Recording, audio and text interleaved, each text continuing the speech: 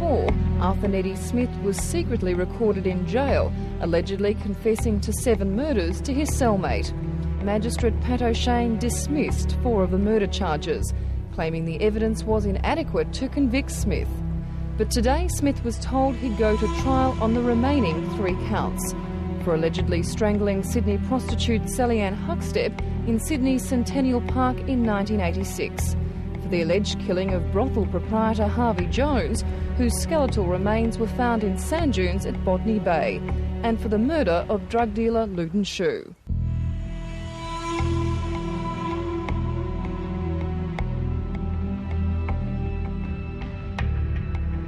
They called George Freeman the little fella. Alleged fellow crime boss Lenny McPherson was the big fella. The comparison was purely physical. Freeman lived the high life, in a mansion with all the luxuries and plenty of security. But in parliaments and royal commissions he was named as a crime boss, an SP bookie baron. He was linked to American gangsters.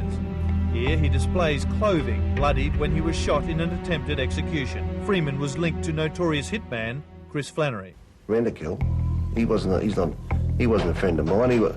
I was just like a number of other people throughout Australia that was frightened of him. I only met the man in the sauna room. Flannery's wife accused Freeman of ordering her husband's murder, but he was officially exonerated.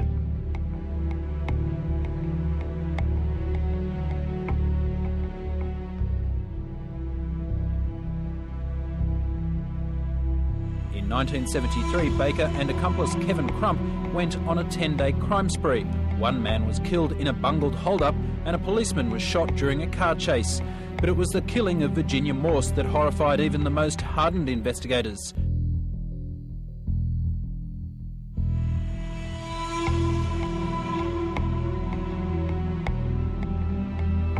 Archie McCafferty has served 23 years for mass murder. Families of his victims say it's not enough. How could I ever forgive you, you mongrel?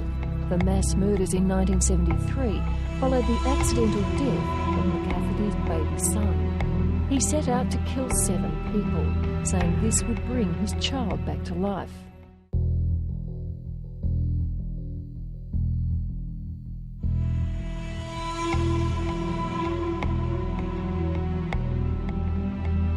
James Finch told a reporter in London that he was the man who tipped 2 drums of petrol inside the doorway of the Fortitude Valley nightclub. A second man lit the match and someone else drove the getaway car. 15 people were killed in the blaze. Finch served 15 years of a life sentence. In February this year, he was paroled and deported to England. His confession follows years of protesting his innocence.